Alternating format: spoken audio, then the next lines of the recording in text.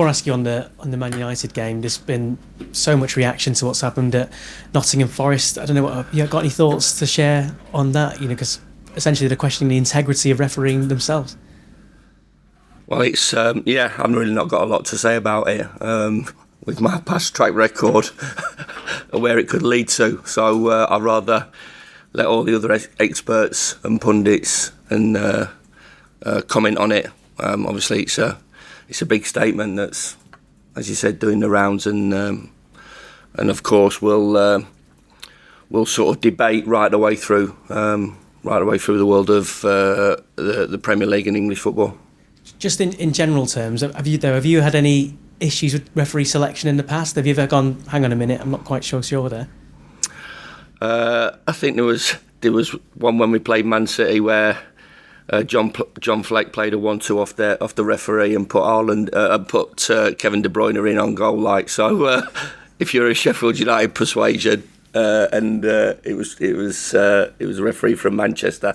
No, listen, there's no issue, and there's no sort of talk from us or as a football club regarding those sort of situations. Well, thinking on the game on Wednesday, having that to focus on so soon after the disappointment on the weekend, how much of a positive thing is that for you? Yeah, it's the next game. It's obviously a rearranged game because of the progression of Manchester United into the FA Cup. So it is what it is. So whether it's a good thing or not a good thing, whether we'd have preferred a week in terms of the preparation leading up to the Newcastle game, or we get back on the bike, so to speak, in terms of going to Old Trafford on Wednesday night, we'll only know off the back of that on late Wednesday evening. But it's still a fabulous place to go and play football for the players and for the club to go. This is the reason why we got promoted, why we got into the Premier League for days and nights like this, playing at Old Trafford. Regardless of our situation, we should go grab that opportunity and maximise it. And what did you make of United's performance yesterday? Especially the way they managed to get past Coventry in the end. Yeah, listen, they won't be too bothered. I wouldn't think internally. They're through to a cup final yet again, so that's twice in 2 years that they've reached the final, which is a great achievement. And listen, like I said, people will talk about Manchester United negatively. It's a huge football club and a fabulous group of players that they've got. No matter what happens, no matter what team they'll put out, we have to be very, very, very much at our very, very best to get any sort of result. They have been allowing lots of teams to get shots away against them. So is there an argument there to be got at, perhaps? Well, listen, every team plays in their own way, and they've got their own structure. They've got an incredible amount of attacking players in, so they want to go that way. And who's for me to say how they play or set up or line up? They'll if it is a risk and reward policy, then they're gonna go for that. And like any team, even the best, there's ways and means of exposing. Just as much as I'm thinking that they're looking at us at the moment off the back of a really disappointing afternoon at Bramall Lane on Saturday, and analysing us and looking at different ways to expose us as well. And we saw, for long periods you had a better team against Burnley. How much of a challenge has it been to pick the players back up again? Well, they've had a recovery day today, but the feel around the ground and the club was very, very down and negative after that, and possibly as negative as it's been, because we had an opportunity over the last two games to pick up some points and we haven't, and obviously that's affected our league position incredibly. There was a great opportunity at Brentford. We didn't get a result there. There was good parts to that, and there was good parts to Saturday. Scratching my head, as I said, coming in at half time that we're 2-0 down, and I imagine Vinny was as well. We did a job tactically in terms of the way we set up. We created the better chances in terms of the first 35 minutes, but the goals are go into a catalogue of really poor goals that we've conceded. One mistake goes to 2, goes to 3, goes to 4. We're looking, if somebody makes a mistake, which they do on a football pitch, can somebody else help them out? Where's that leadership from certain players that we're looking for to stop things happening and to organise? There's been a tendency for us concede quick goals, which we obviously did in that game in both halves. We come out for the second half on the front foot. And created, 2 or 3 other really good chances. Goalkeeper's man of the match, apparently, in terms of his performance, which obviously goes with the sort of narrative of the game. So, and as I said, conceding those 2 goals, and then you're on the back foot, and it's a long last 20 minutes. We never really looked like after we went 4-1 down to get back in the game, which was disappointing from my point of view, but we have to quickly get on and, as I said, approach Old Trafford, get the preparation right. Big decisions to be made from a selection point of view from me, which you can understand. And as I said, it's a disappointing feeling that we've got with us at the moment. Only can be rectified by a positive performance and a positive result at Old Trafford on Wednesday. Thank you. Given the statistics after the weekend and the chances you created, was it as disappointing a day as you've had since you came back? When you look back at the fact that you've lost 4-1, but the stats don't reflect that. I totally agree with it, and as I said, the narrative about it will be very negative, and I do get that, because you've lost 4-1 to a team that's in and around you. The positive people around will look to these facts, but I'm a bit bored with them, if I'm honest. We didn't win the game of football, which we set out to win, and gifted the opposition the game, really. We have to work incredibly hard to get a result in this division. It's so powerful. You have to be at your, nearly best, absolute best to get any sort of result, and we all understand that, even if it is Burnley and people go, well, it's Burnley. But there's still players in there that can hurt you and punish you. So we have to be at our best, and at times we were good. We were good first 35 minutes. Game plan set up, restricted them to pretty much nothing. They had a little bit of possession, but the areas where they had that possession didn't really hurt us. And the way we played attacking positions, we have to come in ahead and in front, and obviously we didn't. And so yeah, I think that is, there has been disappointing results here. There's been some big defeats here, and then you can go, it's Arsenal and they can do that to you, even though you can't really accept that. You can't really some of those things that happen there. But I think the feel of it really was, especially like I said, over the 2. Everybody, myself, we looked at the 2 games there. We were in decent nick leading up to it, performance-wise, and against Chelsea second half, and Liverpool, and the other games that we've had. And really looking forward to these 2 games, and like I said, we've not taken anything from both games, and obviously leaves us in a very perilous position. I know you answered questions on Ivo Grbic at the weekend, and I know it's not just him. Look, there's clearly individual defensive errors in there, but have you spoken to Ivo? Is he still going to be your number one going forward?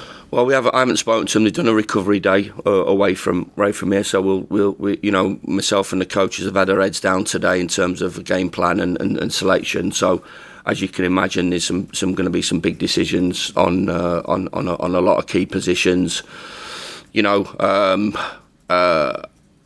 Regarding Ivo, listen, there was talk of making a substitution at half time by certain sections of the support. So I could have substituted some more players as well, but I thought I'd give them the opportunity of putting it right. I don't like making those sort of decisions. I will, and I have done before, but give the players the opportunity to get back into the game. But obviously, overall, we have to look at the setup of the team. We have to analyse everything from a reflection point of view, and we have to make sure we do our jobs as coaches and managers to pick the right team, to put the right players in their best positions, and from a mentality point of view, players that I'm looking for to go and get a result. Like I said, I was disappointed. I thought a couple of the players sort of took the easy way out on Saturday. I didn't like that. That'll be kept in house, obviously, and let's see what we can do at Old Trafford on Wednesday.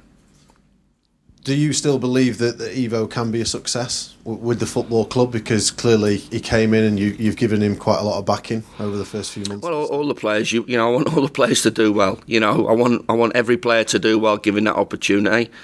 You know, whatever position that they're in. You know, whether they were players here before me, or you know, Ben that we've brought in, and Mason that we brought in, and obviously Ivo that we brought in. We want them all to be success. I'm not just the ones that have come in January. We want everybody to be knocking on that door. We want everybody to make sure that the standard is incredibly high. So we have really difficult decisions to make come selection period time. I don't want people to make it easy for me. So.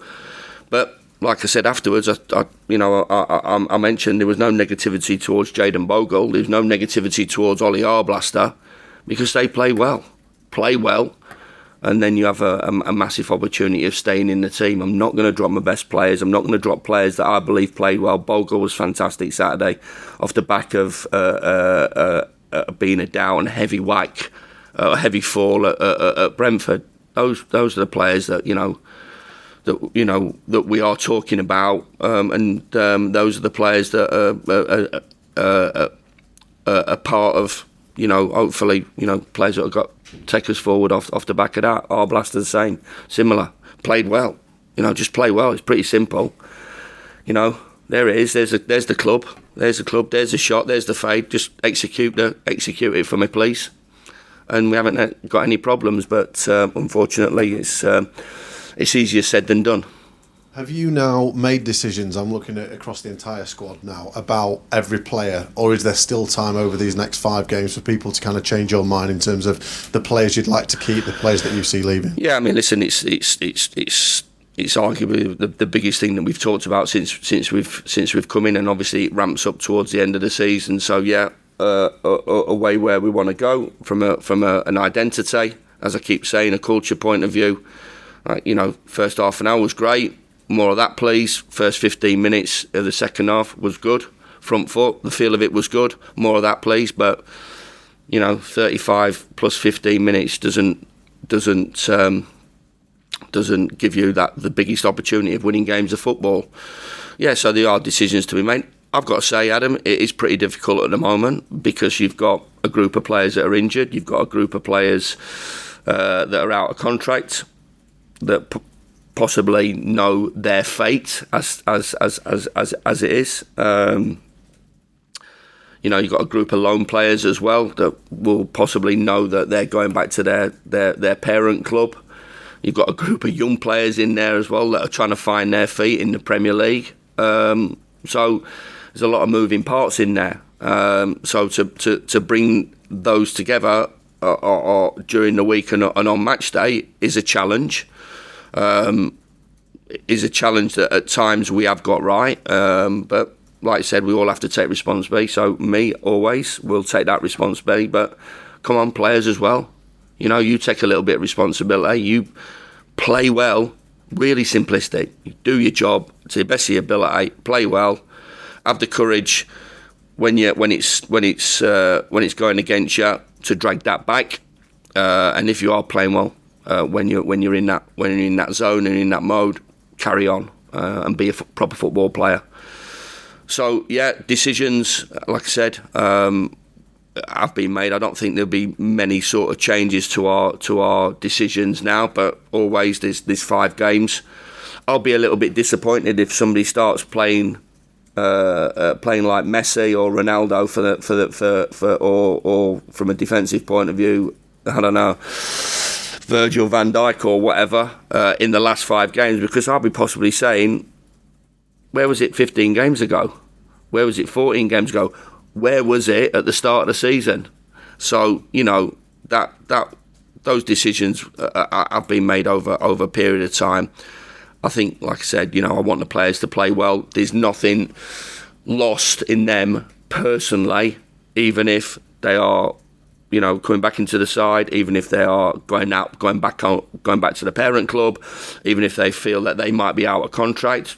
There's the whole world watching as well. The whole football league's watching and the world of football. So, it's no downside to not playing well, even if you feel that your future is not going to be here. So that's where we are with it. Any chance of any reinforcements from an injury perspective for Man United, particularly defensively? No, I've seen Jack Robinson hobbling about, putting his hand up to play, which doesn't surprise me. So I think we all understand and recognise that. Oh, by the way, the supporters sing Jack's name, and there's a reason they sing that Jack Robinson song. Yeah. So nobody else back. It'd likely to be similar squad. It would be similar squad, yeah. Okay. Did you watch the? And there's a couple of issues in there as well. And a few ones we don't know. Yeah. Okay. Yeah. Well, we shall see. Thanks. Did you watch the Coventry game? I did. Yeah. Yeah. Cruel finish. Yeah, cruel finish, VAR, and everything that brings into play. Thought it was an outstanding performance and comeback. Man United a risk and reward. At times it's scintillatingly good, but that's the way they play, and that's everybody understands that. They've still got some fabulous players to put themselves in that position. I thought the fight back from Coventry was outstanding, and it was a really enjoyable watch. Did you have some heart palpitations later on thinking about John Lundstrom's big toe from back in the day? Yeah, we've been there, haven't we? So we were listening to it on the radio this morning. The immediate joy of scoring a goal, and we've been there, haven't we? We've been there with Ollie Max scoring against Man United, last minute winner, last minute equaliser, and then that sort of excitement, that sort of explosion, and then obviously we're all sat watching a monitor, and it's something that obviously is not the greatest part of the VAR involvement, really, and I suppose people will possibly look at that and see where the game's going. You're looking for back-to-back away wins at Old Trafford this week. Not many teams can say that after what happened last time. What are your memories of the Keane Bryan Ollie Burke game? Yeah, unfortunately, in lockdown, which is disappointing. I think going back to that sort of period, and I still stand by that. What we said the year afterwards, the involvement of the crowd is the biggest thing. So for nobody to personally watch it, United fans. Being there in a full capacity, packed house at Old Trafford is a special place to go. So, yeah, it was a hollow win. It was a win, but it was still without the supporters, which obviously we've talked long and hard about. Does it show you though in football that you never know what's possible? Look at the performance you managed to put in at Liverpool and how many problems you caused them a few weeks. Yeah. We have to stay positive right the way through. We have to look at what we can do and the stuff that we can't do. Make sure that we address that as well. It's as I said, it's a fabulous place to go. There's no downside at all to going to Old Trafford. Personally, as a player, as we talked about, to go toe to toe with world class players on an incredible stage like so. Full house, great, fabulous for us all, and see what we can do. I'm sure there'll be respect there, as there is in the Premier League for every opponent, regardless of what position that they're in. And from my point of view, we'll expect Man United to put out their strongest side and expect Man United to put in a top performance, and we'll work off the back of that. But what we're looking at, from my point of view, is to recover from a really disappointment, the real disappointment of Saturday afternoon. And the only way you can do that is no hiding place. Get yourself out there and put a proper man performance on individual. That'll look after itself. And we get 11 of them, we get 15, 16 of them. Then who knows what can happen. Just finally from me, it'd be remiss not to mention Harry Maguire and what he's been doing at Man United. There's a clip going around social media after yesterday, actually, of the winning penalty at the end, where Højlund goes to celebrate. A lot of the Man United players stay in the middle. There's one player that goes up to the Coventry City players to shake their hands on his own, and that's Harry Maguire? I mean, what can you say about him and what he's gone on to do since leaving this football? Yeah, outstanding. We've all seen his progression and delighted for him, and to play for your country. And listen, he hasn't had it easy. Of course, when you move to a club like Manchester United, there's a lot of gains, a lot of advantages playing for a world-class football club, an iconic football club. But there's an awful amount of pressure put on you by everybody, media, supporters, worldwide, right the way through. So he's had to endure some tough times, but as we all doing, so we are now. So he has done that from an international point of view, and from a club level point of view. But I think the way he handles himself is first class. Humble guy, worked extremely hard to get into the position, and deservedly so. And let's not forget, he's an absolute shoe-in for England. Gareth picks him all the time. So and that's an international team that's looking to win a major honour, and we've got a boy there from just down the road that's right in the middle of it. So yeah, of course, we'll have a shake of an hand afterwards, but it's game on. It's game on for him, and he'll understand that just as much as anybody else. Cheers, Adam. Thanks, mate. Hi, Chris. Hey, Damo. Just thinking, did you watch the game yesterday? And were you thinking Coventry can offer some pointers as to how we approach United, and also the fact it went on so long? Are you relishing? It's been a tough game. Yeah, we're looking. Yeah, listen, we're looking for every advantage, of course. So it was a tough afternoon emotionally, I should imagine, for everybody connected in the game and Manchester United players, but they come through it. So yeah, listen, the way they play, the way they play is the way they play. So they've got some talented players. So listen, I think that the moments that we have, the big moments like we have had, like we did have on Saturday, we have to capitalise on those, and we will do. We talked about it. When you're even playing the best teams in Europe in the Premier League, we played Man City, and we knew we'd have a couple of moments in that game, which we did. Against Liverpool, we knew that we were going to have some moments, and you have to capitalise on them. And if you don't, then regardless of who you're playing, it's going to put you on the back foot, because you're not just going to get chance after chance after chance. We talked about how powerful the division is, and the quality of it. So a club in our position, but we'll get some opportunities. We have to defend better than what we have done, whether it's a 4, whether it's a 5. Individual basic defending. Defending is something that we have to get so much better at. And like we talked about, somebody will make a mistake. Who's there to get somebody out of it? And like I said, does it go from 1 mistake to 2 mistakes to 3 mistakes? Which is, if you look back at a lot of our goals this season, there is areas there where somebody can stop that happening, and we haven't been good enough to do that. So we are going to be tested defensively, structure-wise, and individual big moments. They find the big moments, and we have to find our big moments if we're going to get a result. And just one more about United. Erik Ten Hag's position seems to be up for discussion pretty much every day. Do you understand that? Do you sympathise? Can you afford to sympathise? I think the manager will be pretty secure in his own thoughts regarding what he's achieved previously that got him the Man United job, and this is the scrutiny that comes in the Premier League, and most certainly comes when you're Manchester United manager. So he'll accept that and get on with it.